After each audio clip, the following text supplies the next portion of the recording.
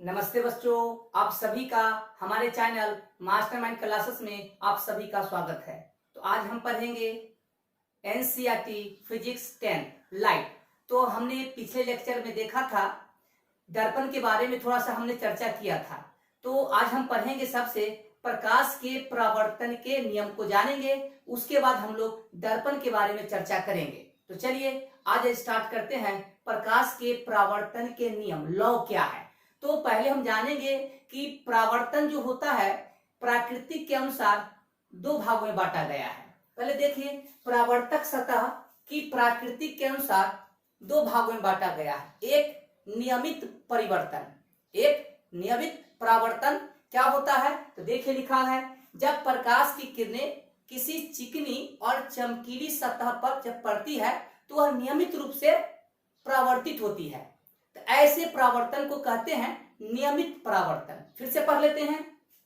जब प्रकाश की किरणें चिकनी और चमकीली सतह पर पड़ती है तो वे नियमित रूप से परावर्तित हो जाती है। तो उसे ऐसे परिवर्तन को हम कहते हैं नियमित परावर्तन। फिर से, जब प्रकाश की किरणें किसी चिकनी और चमकीली सतह पर जब पड़ती है तो वह प्रकाश की किरणें एक नियम के अनुसार जब परावर्तित होती है तो ऐसे परावर्तन को नियमित परावर्तन कहते हैं। फिर से हम आपको फिर से बताते हैं कि परिभाषा को रटना नहीं है, समझना है।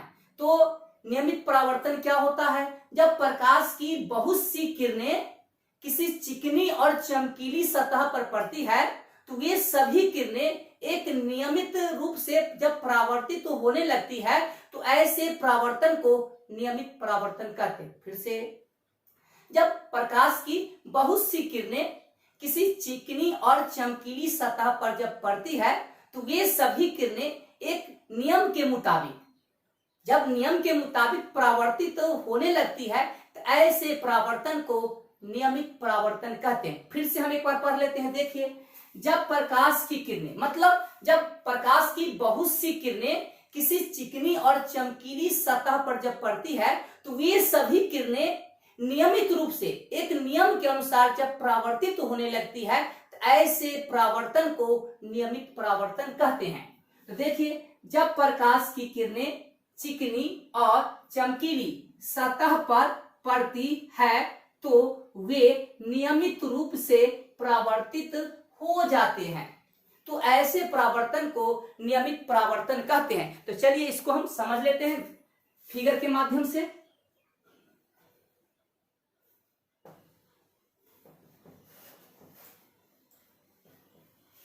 चलिए देखिए, एक हमारा ऑब्जेक्ट है और ये जो नियमित परावर्तन होता है ये दर्पण पर ही होता है। ठीक है, तो हम दर्पण के बारे में भी चर्चा करेंगे। तो देखिए, नियमित परावर्तन के बारे में जानिए।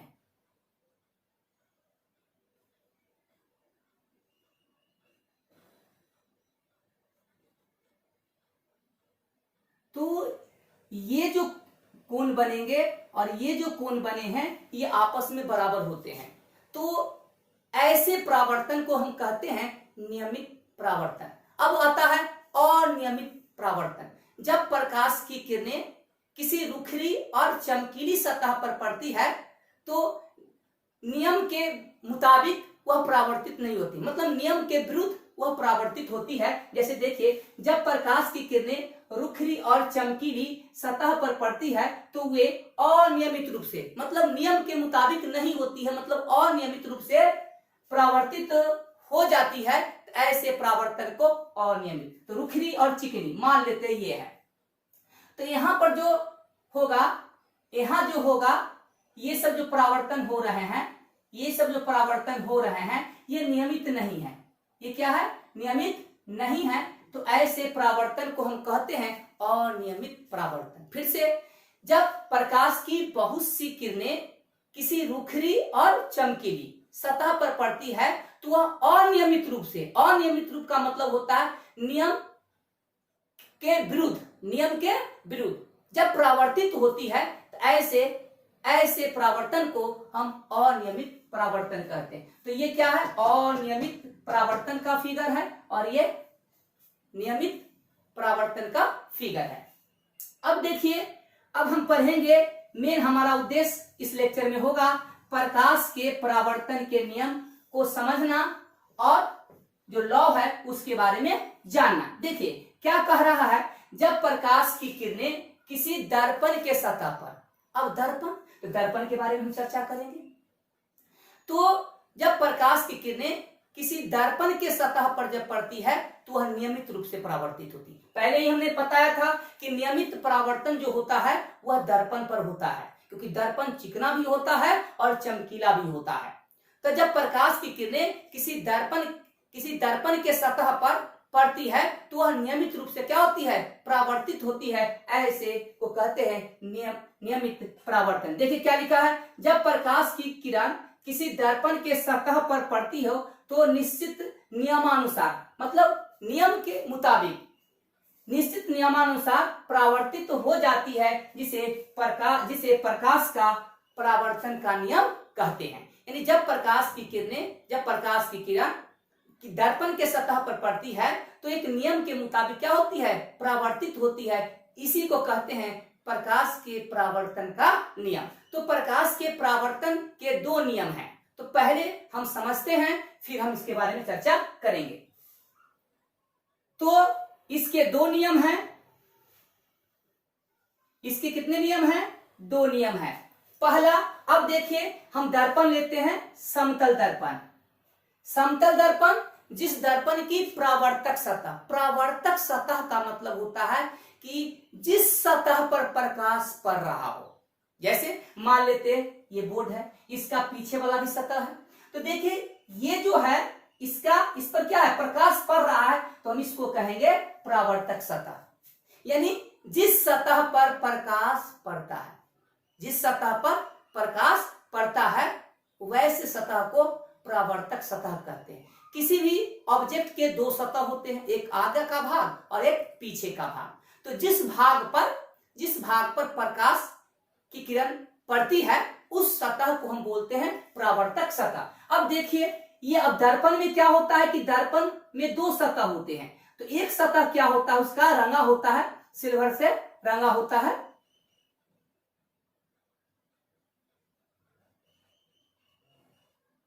ये देखिए, अब मान लीजिए ये किरण आया और ये गया, इस पर हम चर्चा करेंगे, डिटेल से चर्चा करेंगे। पहले हम फिगर को हम ड्रॉ कर लेते हैं। चलिए नाम दे देते हैं O P Q N A B। अब देखिए, अब हम एक शब्द यूज करेंगे, इसको हम मिटा देते हैं, उसके बाद हम नियम के बारे में आपको बताएंगे। अब देखिए एक आता है आपतित किरण।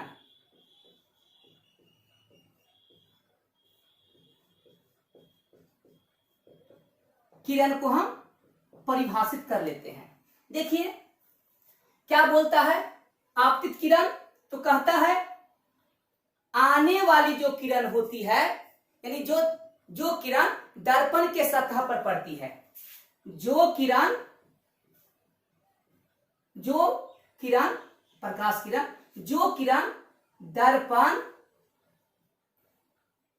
के सतह पर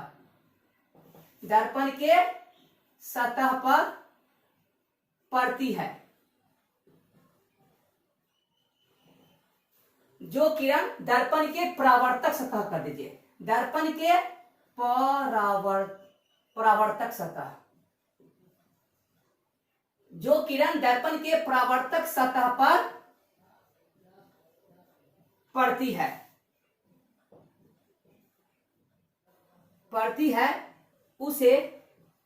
उसे आपतित किरण कहते हैं।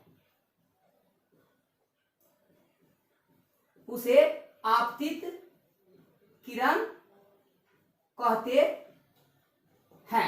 फिर से देखिए, आराम से समझिए, जो किरण दर्पण के परावर्तक सतह पर, देखिए दर्पण के दो सतह है, एक सतह रंगा हुआ है और प्रकाश इसके ऊपर वाले सतह पर पड़ रहा है। तो जिस सतह पर प्रकाश पड़ता है, फिर से जिस सतह पर प्रकाश पड़ता है उस सतह को हम परावर्तक सतह कहते हैं। फिर से, जिस सतह पर प्रकाश पड़ता है उस सतह को परावर्तक सतह कहते हैं। तो देखिए, अब देखिए, जो किरण दर्पण के परावर्तक सतह पर पड़ती है, तो देखिए ये जो किरण है ये देखिए आ रहा है, और दर्पण के परावर्तक सतह पर क्या हो रहा है, पीओ पड़ रहा है। किस पर, दर्पण के सतह ओ पर क्या हो रहा है, पड़ रहा है। तो हम कहेंगे कि पीओ बराबर आपतित किरण,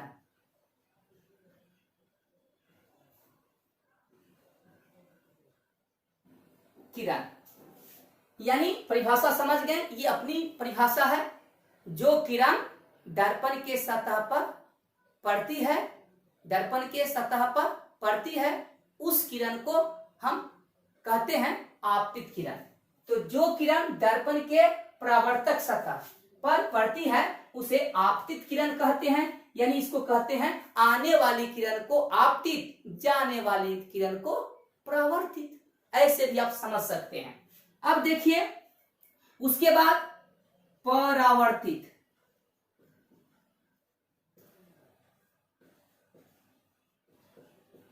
किरण, क्या परिभाषा देंगे, इन दर्पण के सतह से टकराकर, देखिए ये किरण पीओ आया, दर्पण के सतह ओ पर टकराया और लौट गया। तो परिभाषा क्या होगा, तो कहेंगे कि आप लिखेंगे दर्पण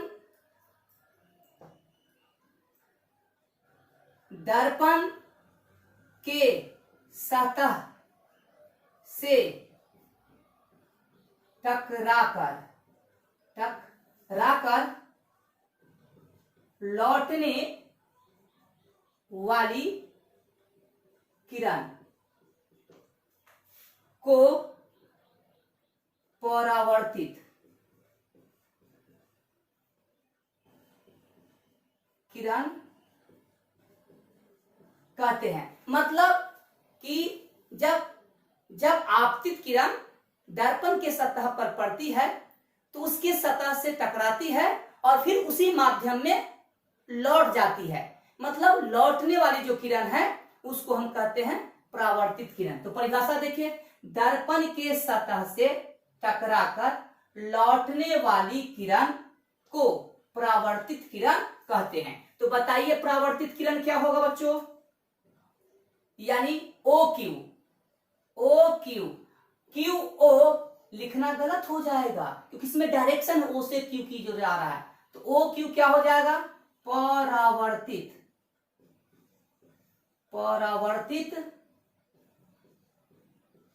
किरण। ठीक है, नोट डाउन कर लीजिए। अब हम पढ़ेंगे अभिलंब। अब हम क्या पढ़ेंगे, अभिलंब, जो चीज इसमें यूज हो रहा है। अब हम पढ़ेंगे अभिलंब। जगह कम होने के कारण अभिलंब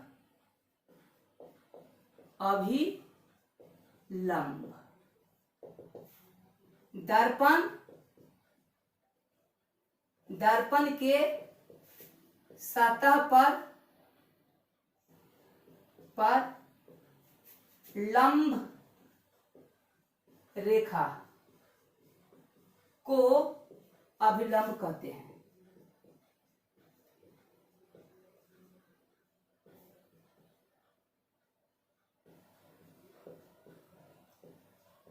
दर्पण के सतह पर सीधी रेखा, यानी सीधी रेखा मतलब लंब रेखा को हम क्या कहते हैं, अभिलंब।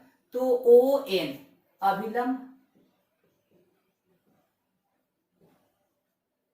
बराबर होगा ओ एन या एन ओ। ठीक है, ये बात समझ में आया। अच्छा चलिए ये भी नोट कर लीजिए। अब पढ़ेंगे आपतन बिंदु। इसमें सब टर्म यूज हो रहे हैं, देखिएगा हम बताते हैं।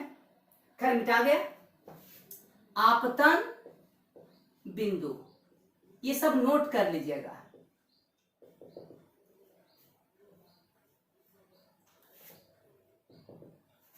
दर्पण के सतह पर स्थित वह बिंदु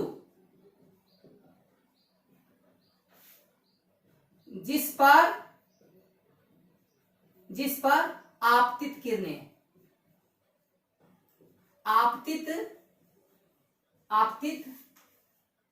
दर्पण के सतह पर स्थित वह बिंदु जहां पर दर्पण के सतह पर स्थित वह बिंदु जहां पर आपतित किरण पड़ती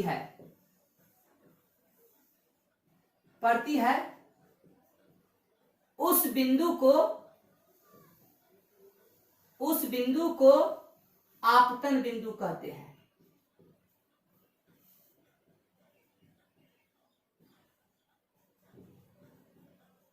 देखिए दर्पण के सतह पर, देखिए दर्पण का सतह ऊपर है, तो दर्पण के सतह पर स्थित वह बिंदु, तो दर्पण के सतह पर स्थित एक बिंदु O है ना। तो दर्पण के सतह पर स्थित वह बिंदु जहां पर आपतित किरण पड़ रही है। देखिए दर्पण के सतह पर एक बिंदु O है और इसी बिंदु पर आपतित किरण क्या हो रहा है, पड़ रहा है, देन इस बिंदु का नाम क्या होगा, आपतन बिंदु। फिर से परिभाषा रटना नहीं है, समझना है। देखिए दर्पण के सतह पर, मान लेते हैं ये दर्पण है, अब दर्पण के सतह पर एक बिंदु है, अब इस सतह पर आपतित किरण पड़ा, तो इस बिंदु को हम कहेंगे आपतन बिंदु।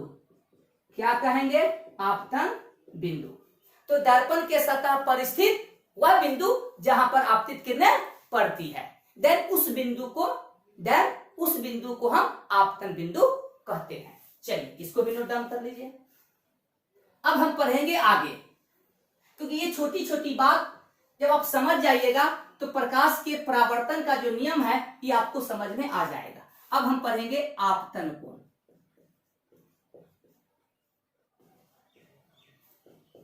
आपतन कोण, देखिए लिख देते हैं परिभाषा। आपतित किरण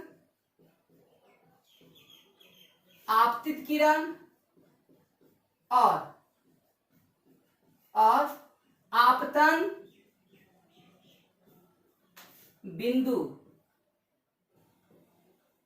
बिंदु पर डाला गया अभिलंब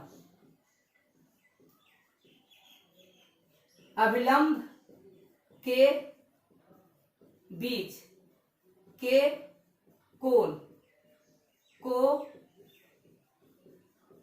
आपतन कोण कहते हैं। फिर से देखिए क्या बोल रहा है कि आपतित किरण, ये आपका आपतित किरण है और आपतन बिंदु क्या है, O है। आपतन बिंदु क्या है, O पर। तो आपतित किरण और आपतन बिंदु पर डाला गया अभिलंब क्या है, ON।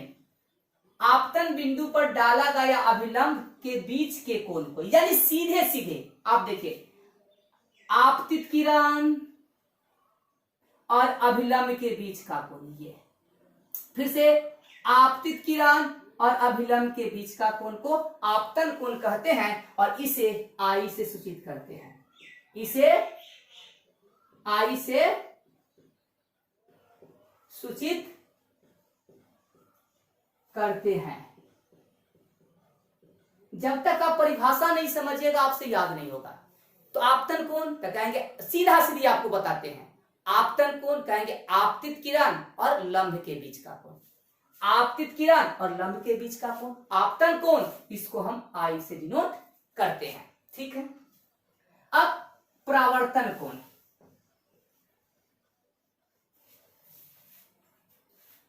परावर्तन कोण, आपतन बिंदु पर डाला गया लंब और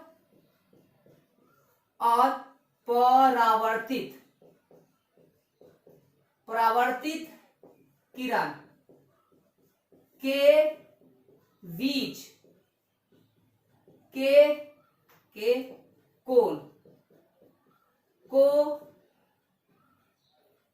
परावर्तन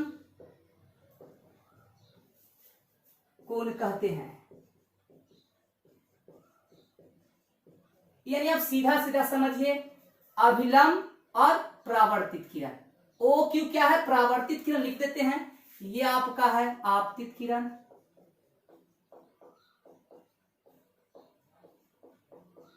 ये आपका है परावर्तित,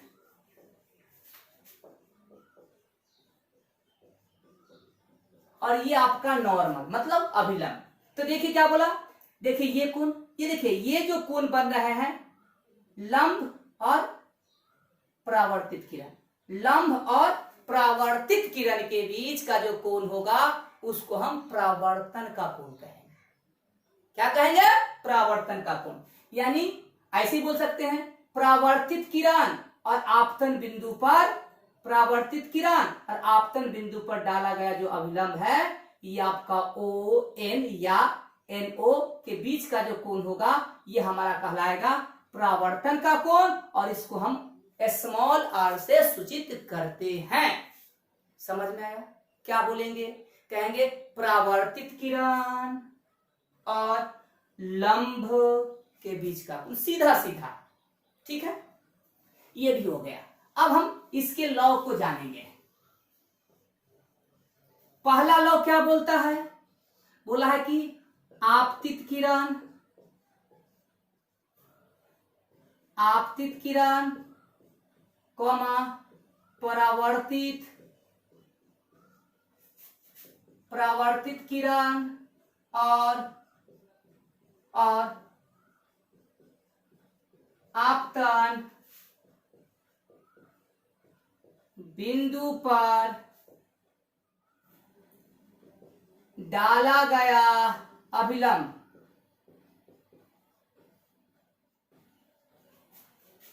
एक ही समतल, एक ही समतल में होते हैं।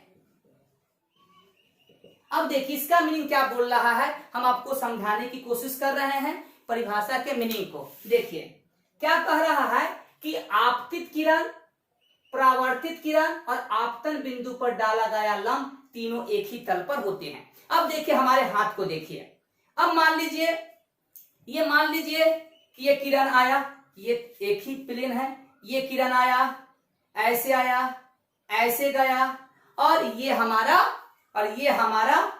अभिलंब है।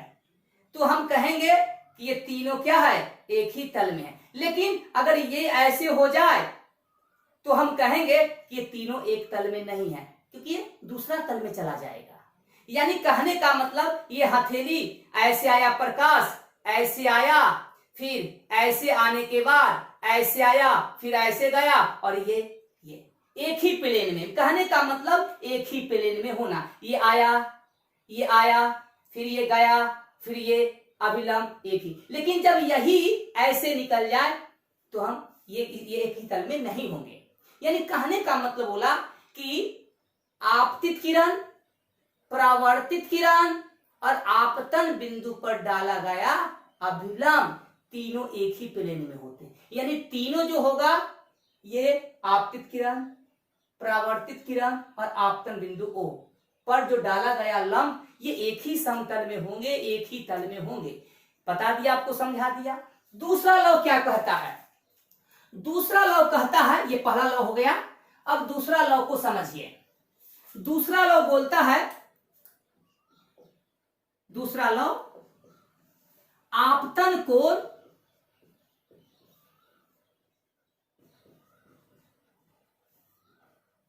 परावर्तन कोण के बराबर होता है।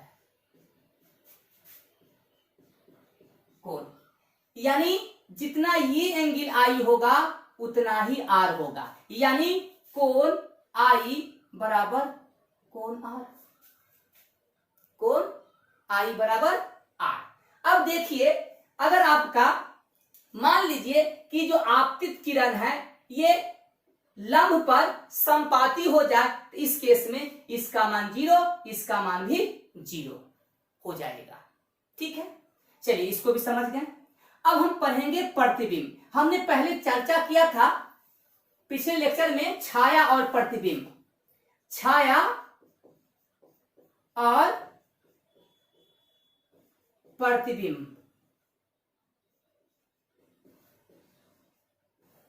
में अंतर होता है। छाया फिर से हम आपको बता देते हैं, प्रकाश के पथ में, प्रकाश के रास्ते में जब हम अपारदर्शी वस्तु को रख देते हैं तो प्रकाश उस वस्तु को पार नहीं कर पाता है, जिसके कारण बगल में एक अंधेरा क्षेत्र क्रिएट हो जाता है। देन अंधेरा क्षेत्र का नाम है छाया। प्रतिबिंब क्या होता है? दर्पण में बनता है, जो आप लोग डेली बेसिस पर बाल को कंघी से थकड़ते हैं, तो वहां हम आईना में क्या देखते हैं? हूबहू देखते हैं, तो उसको हम कहते हैं प्रतिबिंब। तो प्रतिबिंब दो प्रकार के होते हैं, एक वास्तविक प्रतिबिंब और दूसरा काल्पनिक प्रतिबिंब। अब हम देखेंगे कि प्रतिबिंब का डिफिनीशन क्या होगा। पहले इसको हम पढ़ लेते हैं, फिर हम इसके मीनिंग को समझाते हैं। क्या कह रहा है? देखिए, कह रहा है किसी बिंदु वस्तु से आ रही प्रकाश की किरण। मान लेते हैं कि आपके पास एक सोर्स है, सोर्स मतलब सन है, ये क्या है? बिंदु वस्तु है।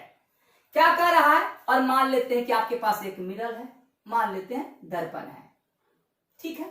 आपको सिर्फ समझाने के लिए हम ऐसा फिगर हम बना रहे हैं, सिर्फ समझाने के लिए, ठीक है। या ये आप ऑब्जेक्ट लगा दीजिए, मोमबत्ती लगा दीजिए। चलिए मोमबत्ती को बना देते हैं, क्या जाता है। अब देखिए, अब क्या कर रहा है?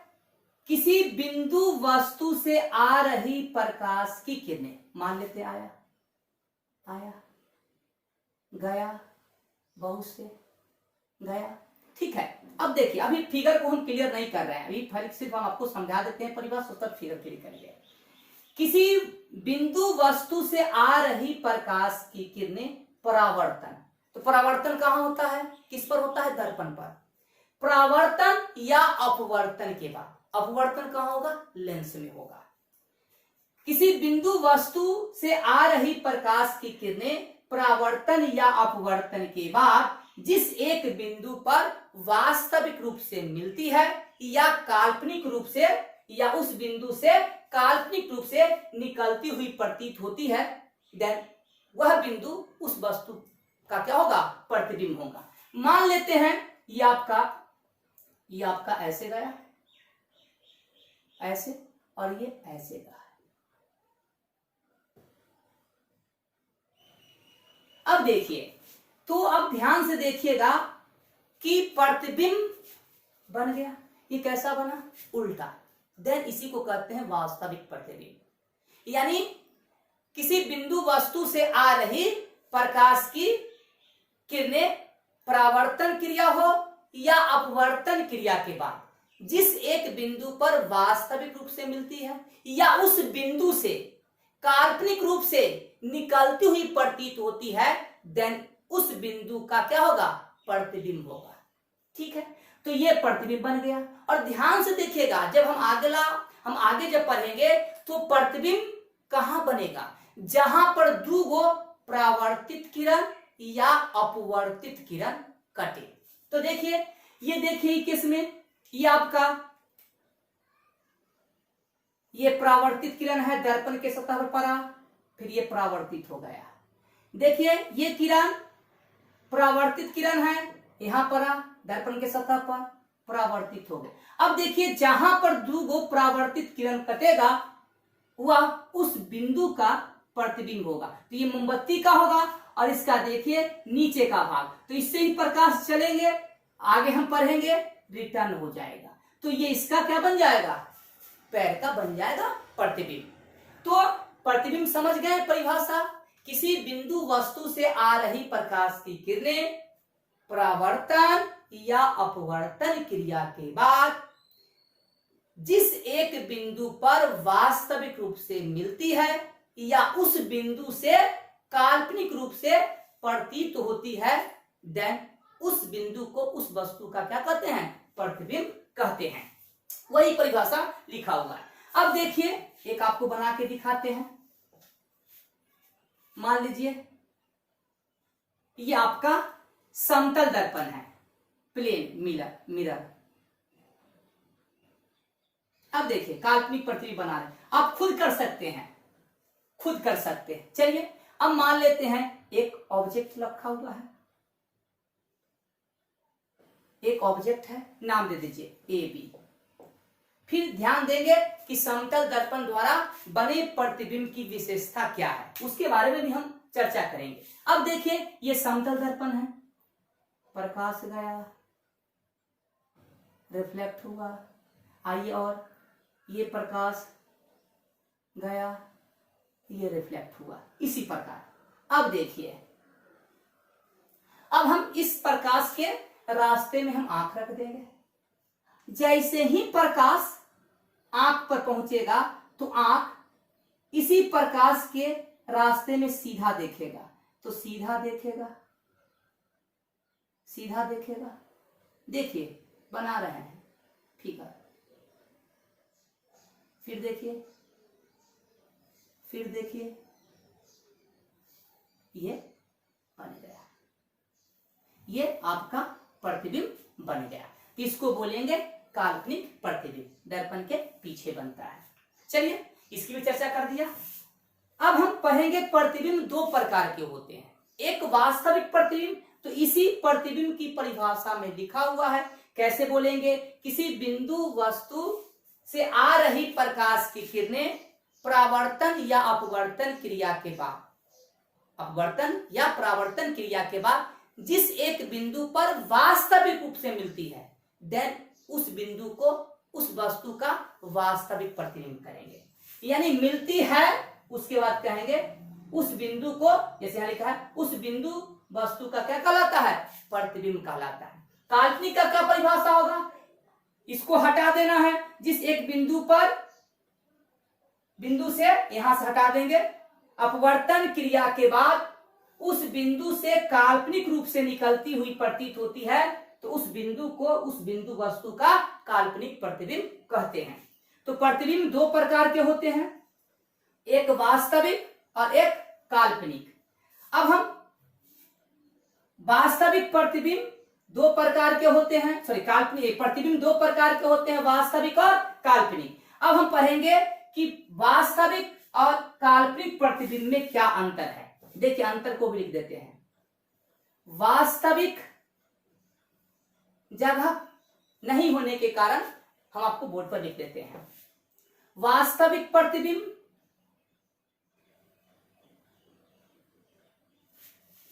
काल्पनिक प्रतिबिंब।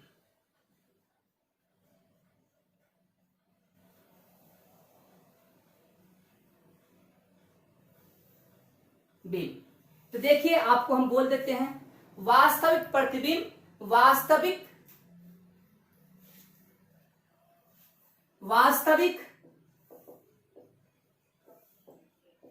कटान बिंदु से बनता है,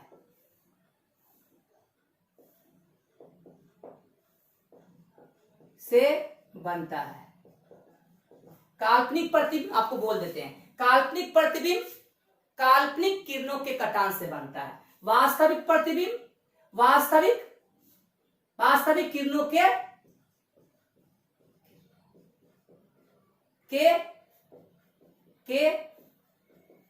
कटान से बनता है। वास्तविक प्रतिबिंब वास्तविक किरणों के कटान से बनता है, लिख ही देते हैं। काल्पनिक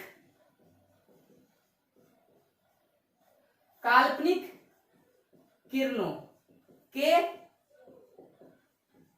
कटान से बनता है। देन दूसरा पॉइंट, इसे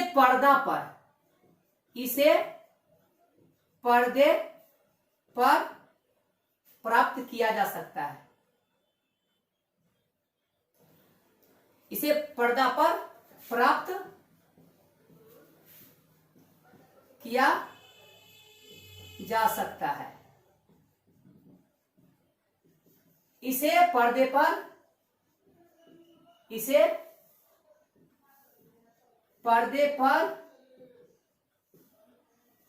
पर प्राप्त नहीं किया जा सकता है। अगला,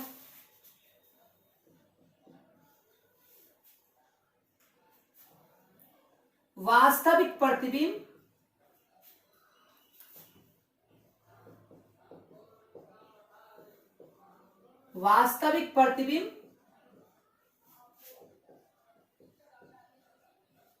दर्पण की ओर बनता है। दर्पण की ओर बनता है। ठीक है। तीसरा, काल्पनिक प्रतिबिंब दर्पण के पीछे बनता है। पीछे बनता है। देन अगला, ये हमेशा उल्टा होता है। वास्तविक प्रतिबिंब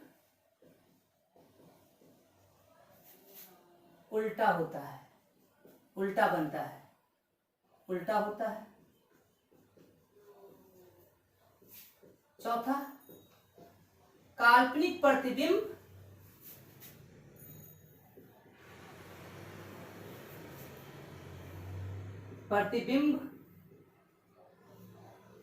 सीधा होता है।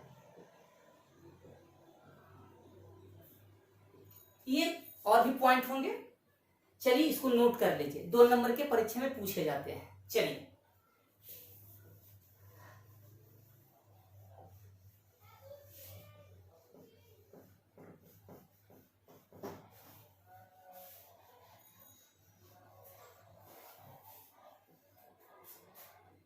अब देखिए समतल दर्पण की विशेषता। देखिए समतल दर्पण की विशेषता, समतल दर्पण द्वारा बने प्रतिबिंब की विशेषताएं। ठीक है, पढ़ा लिखते हैं।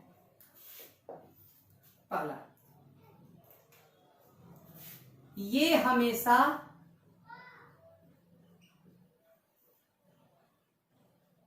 सीधा बनता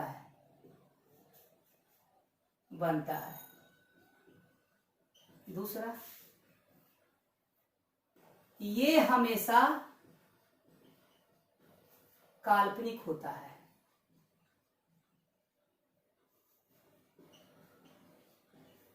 तीसरा, ये हमेशा प्रतिबिंब हमेशा दर्पण के पीछे, प्रतिबिंब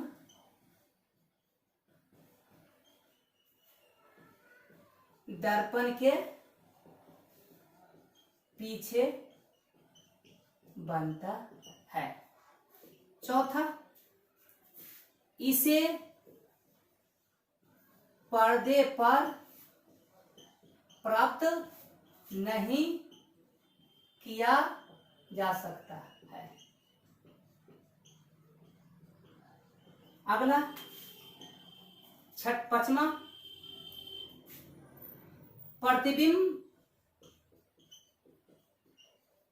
प्रतिबिंब वस्तु के साइज का बनता है।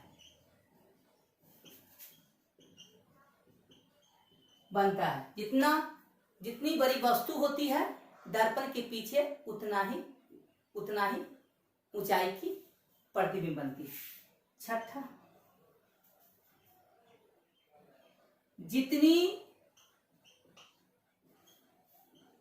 जितनी दूरी पर वस्तु होती है प्रतिबिंब भी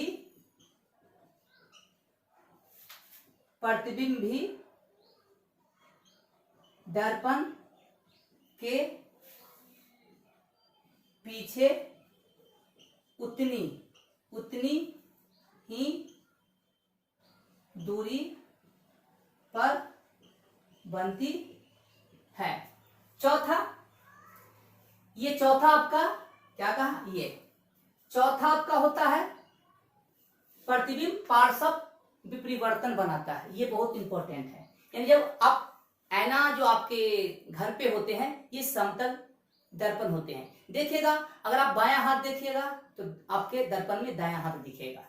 तो समतल दर्पण कैसा प्रतिबिंब बनाता है, समतल दर्पण कैसा प्रतिबिंब बनाता है, तो कहेंगे पार्श्व विपरिवर्तन प्रतिबिंब बनाता है। यानी बायां हाथ देखेगा तो दायां दिखेगा। चलिए इसको भी नोट कर लीजिए। अब देखेंगे आगे।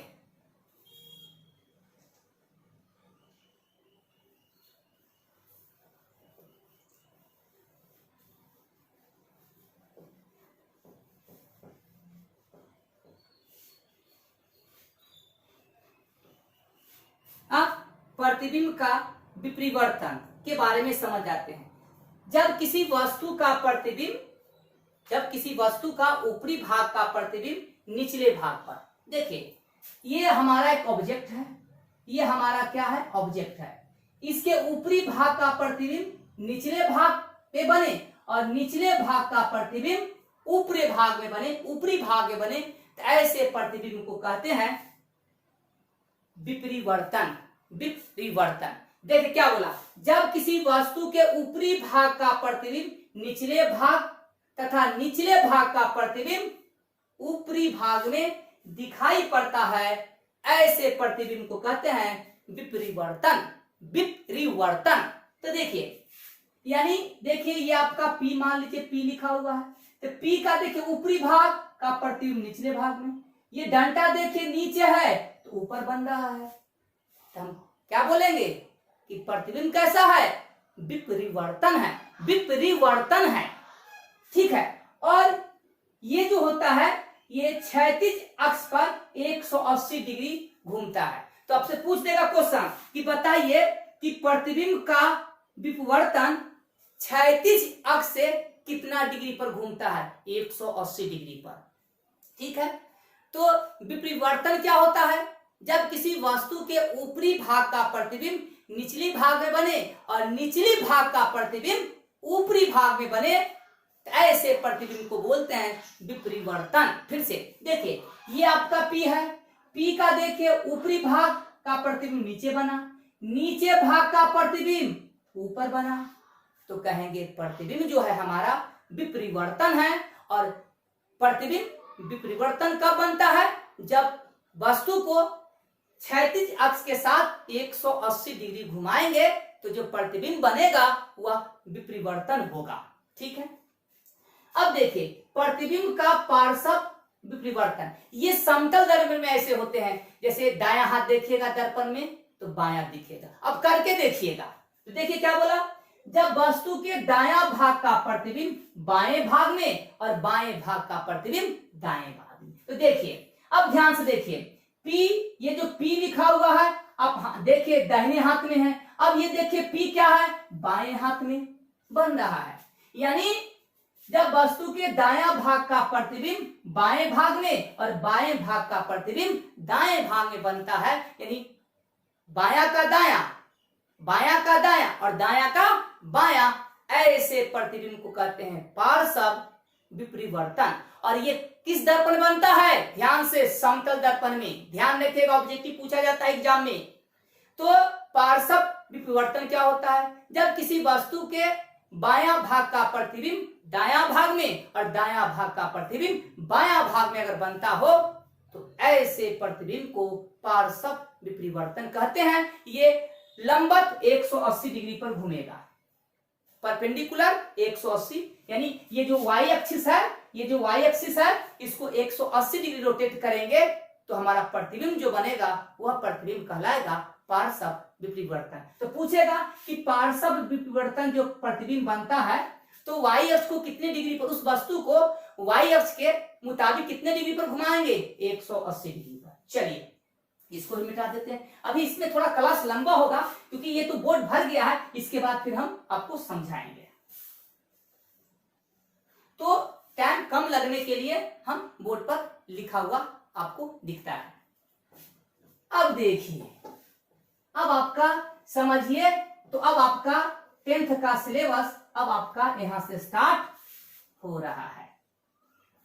अब देखिए दर्पण, तो पहले दर्पण का परिभाषा हम आपको सुना ही देते हैं, है ना। कहता है दर्पण का क्या परिभाषा, तो कहेंगे वह चिकनी और चमकीली सतह। दर्पण होने के लिए उसमें दो बात होनी चाहिए, चिकना भी होना चाहिए, चमकीला भी होना चाहिए, जो प्रकाश को नियमित रूप से भी परावर्तित करता हो, और साथ ही साथ उसका एक सतह अवश्य रंगा होना चाहिए। चिकना भी होना चाहिए, चमकीला भी होना चाहिए, और वह प्रकाश को नियमित रूप से भी परावर्तित करता हो, और साथ ही साथ उसका एक सतह रंगा होना चाहिए। देखिए परिभाषा, वह चिकनी और चमकीली सतह। दर्पण होने के लिए चिकनी भी होना चाहिए, चिकनी भी होना चाहिए, चमकीली भी होना चाहिए, दो बार, और जो प्रकाश को नियमित रूप से परावर्तित करती हो, और साथ ही साथ एक सतह रंगा होना चाहिए, तो उसको क्या बोलते हैं, दर्पण। ठीक है, दर्पण आपको पहले पिछले लेक्चर में बताया, पिछले में, कि दर्पण 3 प्रकार के होते हैं, समतल दर्पण, गोलीय दर्पण और परवलिक दर्पण। ठीक है, तो दर्पण का परिभाषा अब देखिए, अब हम पढ़ेंगे समतल दर्पण। तो कहता है कि जिस दर्पण की परावर्तक सतह मतलब जिस पर प्रकाश पड़ता है, वह सतह कैसा होना चाहिए, एकदम प्लेन होना चाहिए। अब देखिए घर का आईना एकदम प्लेन होगा, गाड़ी का आईना देखिएगा साइड मिरर में, ये उत्तल होते हैं, गोलीय दर्पण में उत्तल होते हैं। तो जब आप अपने घर में जो दर्पण को देखते हैं, उसका परावर्तक सतह छू के देखिए, एकदम प्लेन होगा, चिकना भी होगा और चमकीला भी होगा, और साथ ही साथ उसका जो सतह होगा, सरफेस एकदम क्या होगा, प्लेन होगा। देन ऐसे को बोलते हैं समतल दर्पण। जैसे फिगर बना हुआ है, ये देखिए ये, और इसको हम, इसका एक सतह क्या कर रहे हैं, कलर कर रहे हैं, क्या कर रहे हैं, कलर कर रहे हैं। तो ये दर्पण क्या कहलाएंगे, समतल दर्पण। जिस दर्पण की परावर्तक सतह क्या हो, समतल हो, प्लेन हो, उस दर्पण को हम समतल दर्पण कहते हैं। जैसे ही दर्पण बोला, समझ लीजिए चिकना भी होगा, चमकीला भी होगा, प्रकाश को नियमित रूप से परावर्तित भी करता होगा, और उसका एक सतह अवश्य रंगा होगा। अब हम पढ़ेंगे गोलीय दर्पण। अब हम क्या पढ़ेंगे, गोलीय दर्पण। अब देखिए, अब हम इसको फिगर के माध्यम से आपको समझाएंगे, फिर परिभाषा को हम पढ़ेंगे।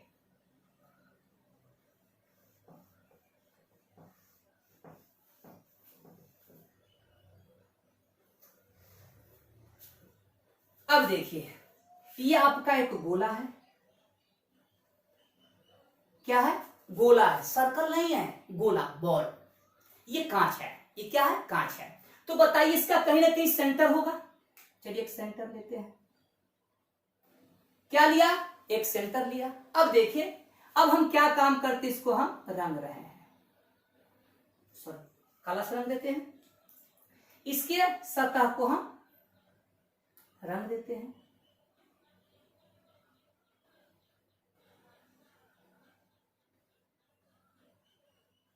रंग दिए। अब इसको हमने क्या काम किया, काट के निकाला, काट के निकाला, ऐसा डायग्राम।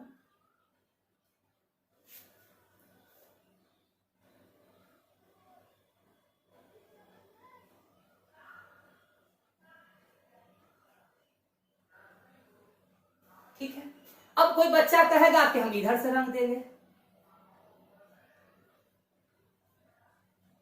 ठीक है, इसका सेंटर को सी ले लेते हैं, इसी को काट के आपको यहां दिखा देते हैं, काट के लाया, चलिए इसको हम रेड से कर देते हैं, ध्यान से देखिएगा। ठीक है, इसका सेंटर यहां, इसके लिए भी सेंटर कहाँ, यहाँ वही सेंटर होगा। अब देखिए गोलीय दर्पण क्या होगा, तो जिस दर्पण की परावर्तक सतह। अब सोचो बच्चों कि ये तो जैसे ये दो सतह होते हैं, तो ये सतह तो रंगा हुआ है और ये सतह रंगा हुआ नहीं है, ठीक है। इसको देखिए, इसका ये सतह रंगा हुआ है, इसका ये सतह क्या है, रंगा हुआ, ठीक है। तो ये जो सतह बच जाएंगे, ये यहां से लेके ये जो सतह बनेंगे, इसको कहेंगे परावर्तक सतह। तो ये पूरा ये आपका परावर्तक सतह, इसका ये पूरा परावर्तक सतह, ठीक है। अब देखिए दोनों क्या है, गोला का एक भाग है, ये गोला है, गोला को काट के निकाला तो ये क्या कहेंगे कि ये गोला का एक भाग है, ये भी क्या है, इस गोला का एक भाग है, ठीक है। बस समझ आ रहा। अब देखिए ये गोलीय दर्पण में, गोलीय दर्पण दो प्रकार के होते हैं, अवतल दर्पण और उत्तल दर्पण। तो गोलीय दर्पण की परिभाषा क्या है, बोला कि जिस दर्पण की परावर्तक सतह, इन दोनों दर्पण की परावर्तक सतह किसी एक गोले का है, किसी खोखले गोले का एक भाग होता है, जिस दर्पण की परावर्तक सतह। अब देखिए ये जो दर्पण हमने बनाया, इस दर्पण की परावर्तक सतह क्या है, खोखले गोले का जो परावर्तक सतह होगा वही तो इसका होगा, क्योंकि यहीं से तो काट के निकाले हैं। तो जिस दर्पण की परावर्तक सतह किसी खोखले गोले का एक भाग होता है, ये क्या है, खोखला गोला है, और ये पार्ट और ये पार्ट किसका है, तो हम कहेंगे खोखला जो गोला है, कांच है, ये क्या है, खोखला है लेकिन ये कांच है। तो ये जो है खोखला गोला कांच है, ये पार्ट किसका है, तो हम कहेंगे खोखले गोले का एक पार्ट है, खोखले गोले का एक पार्ट है, ये भी क्या है, खोखले गोले का एक पार्ट है। तो जो गोला का परावर्तक सतह होगा वही तो दर्पण का परावर्तक सतह होगा कि नहीं होगा। तो क्या परिभाषा बोला गोलीय दर्पण की, कि जिस दर्पण की परावर्तक सतह किसी खोखले गोले का एक भाग होता है, उस दर्पण को कहते हैं गोलीय दर्पण। अब गोलीय दर्पण दो प्रकार के होते हैं, अवतल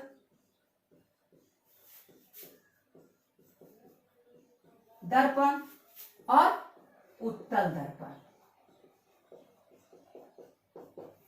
दर्पण यानी गोलीय दर्पण दो प्रकार के होते हैं, दर्पण ऐसे तीन प्रकार के। फिर से जब पूछेगा दर्पण कितने प्रकार के, तीन, समतल दर्पण, गोलीय दर्पण, परवलयिक दर्पण। गोलीय दर्पण कितने प्रकार के, अवतल और उत्तल, दो प्रकार के।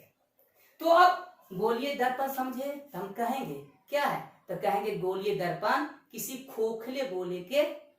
खोखले गोला का जो परावर्तक सतह होता है वही दर्पण का परावर्तक सतह होता है, और उस दर्पण को कहते हैं गोलीय दर्पण। तो गोलीय दर्पण क्या है, जिस दर्पण की परावर्तक सतह किसी खोखले गोले का एक भाग हो, देन उस भाग को हम कहते हैं गोलीय दर्पण। ये दोनों क्या है, गोलीय दर्पण है, और इसका अलग अलग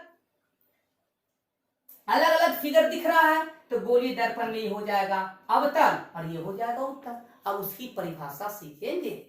चलिए अब देखिए अवतल दर्पण और उत्तल दर्पण, परिभाषा सही पकड़ाएगा दर्पण, ठीक है। अब हम समझ गए परिभाषा। परवलयिक दर्पण, इसको ही पढ़ लेते हैं। जो दर्पण, वह दर्पण जो पूर्णतः गोलीय ना हो, मतलब देखिए गोलीय नहीं है, इसको बोलते हैं परवलयिक दर्पण। ये लगते हैं ऐसे सौर कुकर में, अवतल दर्पण भी लगते हैं, परवलयिक भी लगते हैं। तो बड़े बड़े सौर कुकर में या जो सौर पैनल होता है उसमें ये सब दर्पण परवलयिक या अवतल दर्पण उपयोग होते हैं। अब देखिए तो दर्पण दो प्रकार का, दर्पण कितने, गोलीय दर्पण कितने प्रकार के, दो प्रकार के, एक अवतल और एक उत्तल, एक अवतल और एक उत्तल। ध्यान से देखिएगा।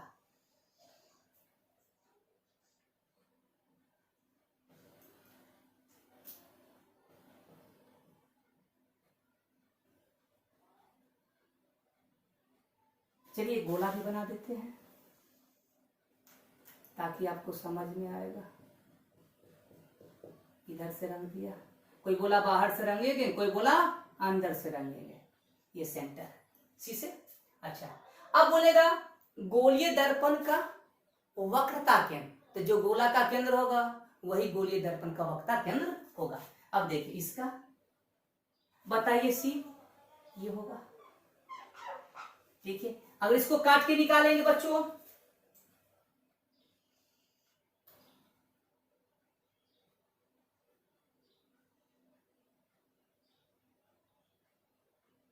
अब देखिए इसका सी इस साइड होगा।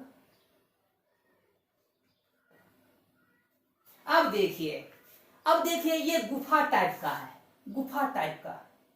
ये क्या है? पिरामिड, मतलब उभरा हुआ दिख रहा है, क्योंकि ये देखिए ये परावर्तक सतह है, ये रंगा हुआ सतह है। ये देखिए परावर्तक सतह, इसकी परावर्तक सतह, तो इसकी परावर्तक सतह क्या है? धंसा हुआ है, मतलब गुफा की तरह है। ठीक है, इसका परावर्तक सतह क्या है? उभरा हुआ है ना।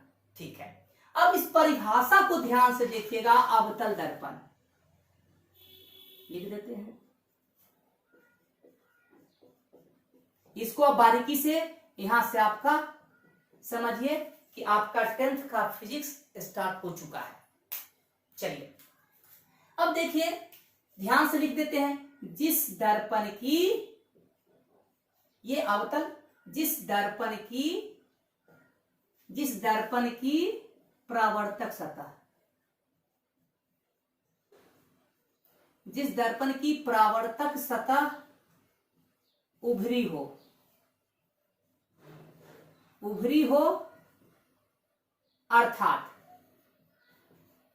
अब देखिए इसका जो परावर्तक सतह है केंद्र की ओर है। देखिए ध्यान से, ये परावर्तक सतह ये केंद्र की ओर है, तो जिस दर्पण की परावर्तक सतह धंसी हो,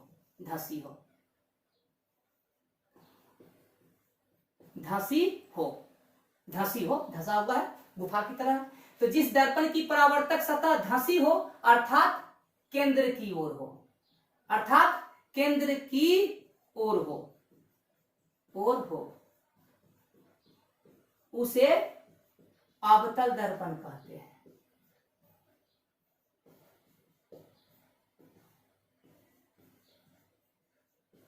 यानी जिस दर्पण की परावर्तक सतह धंसी हो अर्थात परावर्तक सतह किधर होना चाहिए? केंद्र की ओर। जिस ओर केंद्र हो उसी ओर परावर्तक सतह हो, ऐसे दर्पण को हम बोलते हैं अवतल दर्पण। परिभाषा फिर से, जिस दर्पण की परावर्तक सतह धंसी हो, गुफा टाइप का हो अर्थात परावर्तक सतह केंद्र की ओर हो, ऐसे दर्पण को अवतल दर्पण कहते हैं। ठीक है, उत्तल दर्पण लिख देते हैं, इसी में लिख देते हैं उत्तल दर्पण, जिस दर्पण की परावर्तक सतह उभरी हो अर्थात केंद्र के विपरीत हो, केंद्र के विपरीत हो। देखिए ये आपका परावर्तक सतह है, ये जो सतह है परावर्तक सतह है, उभरा हुआ है और केंद्र के क्या है? विपरीत है, सेंटर से क्या है? विपरीत हो। इस दर्पण को कहेंगे उत्तल, उसे उत्तल दर्पण कहते हैं। जिस दर्पण की परावर्तक सतह उभरी हो अर्थात केंद्र के विपरीत हो उसे उत्तल दर्पण कहते हैं। ये उत्तल दर्पण हो गया और ये अवतल दर्पण, इसको नोट कर। अब हम गोलीय दर्पण की वक्रता केंद्र, देखिए गोलीय दर्पण, अब जो भी हम परिभाषा बोलेंगे लिखेंगे ये दोनों अवतल और उत्तल के लिए कॉमन होगा। फिर से, अभी जो भी हम परिभाषा डिफाइन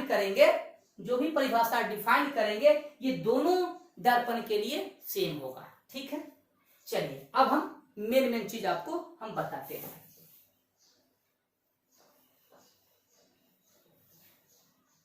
अब इसी को रखते हैं। अब हम दर्पण का वक्रता केंद्र यानी गोलीय दर्पण में अवतल तो दोनों आ जाएगा। गोलीय दर्पण की वक्रता केंद्र, सेंटर ऑफ कर्वेचर, गोलीय दर्पण की वक्रता केंद्र, गोलीय दर्पण की वक्रता केंद्र देखेंगे।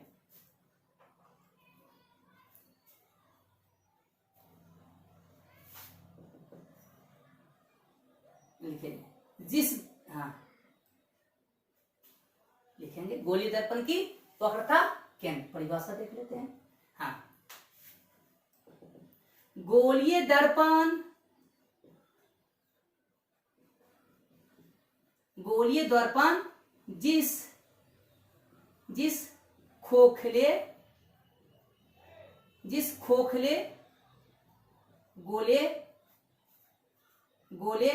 गोलीय दर्पण जिस खोखले गोले का एक भाग होता है,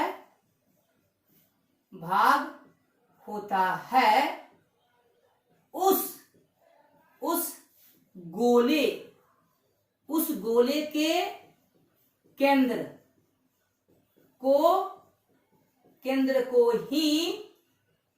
को ही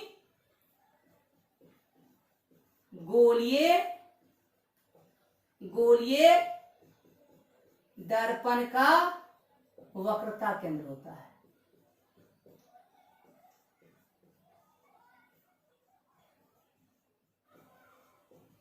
बोला कि गोलीय दर्पण, देखिए गोलीय दर्पण ये बना हुआ है, तो गोलीय दर्पण जिस खोखले गोले का एक भाग होता है ना। गोलीय दर्पण क्या है? किसी खोखले गोले का एक भाग होता है। ध्यान से, जो गोला का केंद्र हो, जो खोखले गोले का जो केंद्र होगा वही दर्पण का वक्रता केंद्र होगा, और दर्पण के वक्रता केंद्र को C से, इसे C से निरूपित करते हैं।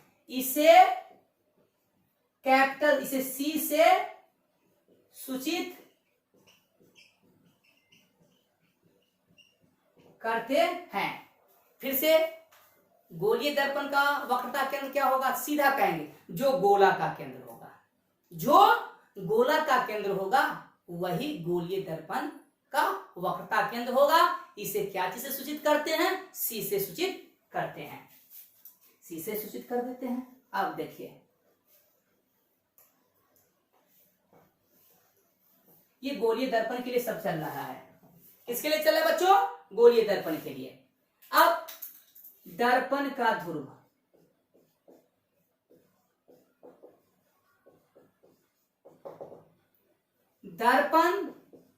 दर्पण का ज्यामितीय,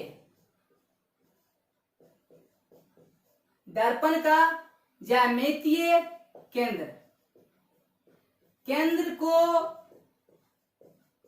दर्पण का ध्रुव कहते हैं। दर्पण का ध्रुव क्या होगा? दर्पण का ज्यामितीय केंद्र को दर्पण का ध्रुव। इसका मतलब होता है कि दर्पण का जो मिड पॉइंट होगा, ये दर्पण का जो मिड पॉइंट होगा, दर्पण का जो मिड पॉइंट होगा, बीचों बीच जो बिंदु होगा, उस बिंदु को हम पोल कहते हैं, ध्रुव कहते हैं। इसे P से सूचित करते हैं। यानी दर्पण का ज्यामितीय केंद्र मतलब दर्पण का जो मिड पॉइंट होगा, उस पॉइंट को कहेंगे दर्पण का ध्रुव, और उसको हम क्या चीज से डिनोट करेंगे? P से। किससे डिनोट करेंगे? P से। इसको भी नोट डाउन कर लीजिए।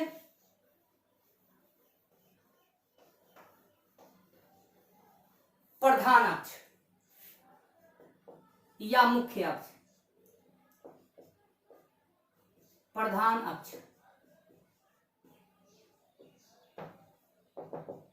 मुख्य अक्ष। अब देखिए परिभाषा,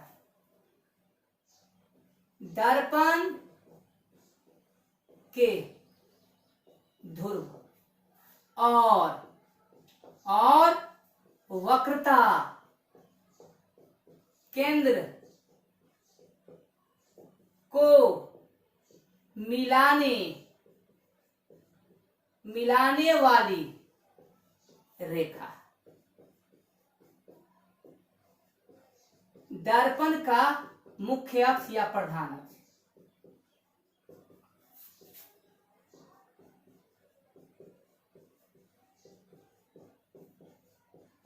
कहलाता है। दर्पण के ध्रुव को लीजिए और दर्पण के वक्रता केंद्र को लीजिए और इसको एक सरल रेखा से मिला दीजिए। ये जो लाइन होगा ये आपका प्रधान अक्ष होगा या मुख्य अक्ष। परिभाषा क्या, दर्पण के ध्रुव और वक्रता केंद्र को मिलाने वाली सरल रेखा क्या कहलाएगा, दर्पण का मुख्य अक्ष या प्रधान अक्ष। चलिए और बात पढ़ते हैं।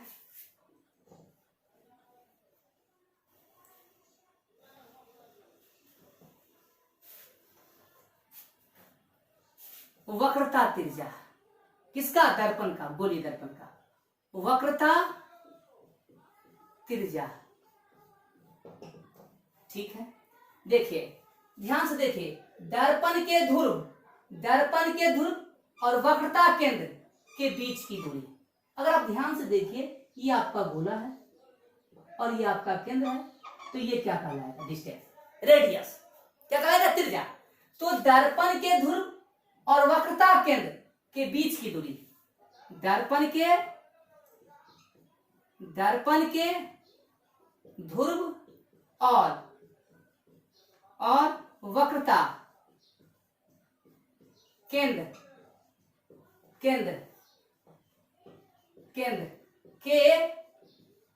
बीच की दूरी को दर्पण का वक्रता त्रिज्या कहते हैं। दर्पण के ध्रुव और वक्रता केंद्र के बीच का जो डिस्टेंस क्या है, पीसी, क्या है, पीसी। ये क्या कहलाएगा, वक्रता त्रिज्या। इसे आर से, बराबर से, इसे आर से सूचित करते हैं, इसे आर से सूचित करते हैं, ठीक है। अब देखिए, अब हम पढ़ेंगे एक पॉइंट और, इसको नोट कर लीजिए। ये गोलीय दर्पण अवतल उत्तल दोनों के लिए है। दर्पण का द्वारक,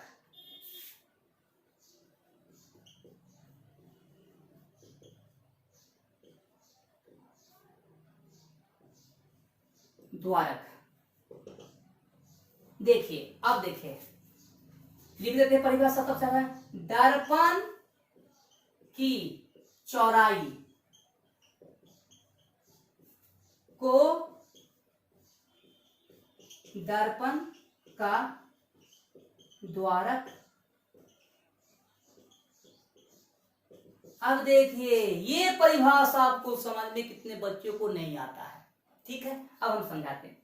दर्पण की चौड़ाई, देखिए ये दर्पण का लास्ट पॉइंट, अगर इसको शुरू लेते हैं तो ये लास्ट, इसकी जो चौड़ाई है, ये जो लेंथ होगा, मान लेते हैं TM, ये जो TM होगा, यही हमको बताएगा कि दर्पण कितना चौड़ा है। यानी ये आपका कर्व है, ये आपका कर्व है। अब कोई पूछेगा कि बताओ कि दर्पण की चौड़ाई क्या है, इस पॉइंट को इस पॉइंट से हम क्या कर देंगे, मिला देंगे, और ये जो डिस्टेंस होगा, ये जो लाइन की जो दूरी होगी, यही दर्पण की चौड़ाई होगी। तो दर्पण का द्वारा क्या कहलाएगा, तो दर्पण का जो चौड़ाई होगा MT, क्या होगा, MT की जो लंबाई होगी, इसकी जो लेंथ होगी, यही कहलाएगा दर्पण का चौड़ाई, मतलब द्वारक। ये जो लेंथ होगा, ये जो लेंथ है, इसी लेंथ को कहते हैं दर्पण की चौड़ाई, और दर्पण की चौड़ाई को हम क्या कहते हैं, दर्पण का द्वारक। अब हम नेक्स्ट में हम पढ़ेंगे, नेक्स्ट कक्षा में, मतलब नेक्स्ट वीडियो में हम पढ़ेंगे दर्पण का फोकस, दर्पण का फोकस। अब यहां से अवतल दर्पण के लिए फोकस अलग होंगे, उत्तल दर्पण के लिए फोकस अलग होगा, ठीक है। तो फिर से हम आपसे अनुरोध करते हैं कि आप हमारे वीडियो को अंतिम तक देखिए, ठीक है। अगर आपको अच्छा लगता है तो हमारे चैनल को सब्सक्राइब कीजिए, बेल आइकन को दबाइए, लाइक कीजिए और अधिक से अधिक शेयर कीजिए। धन्यवाद।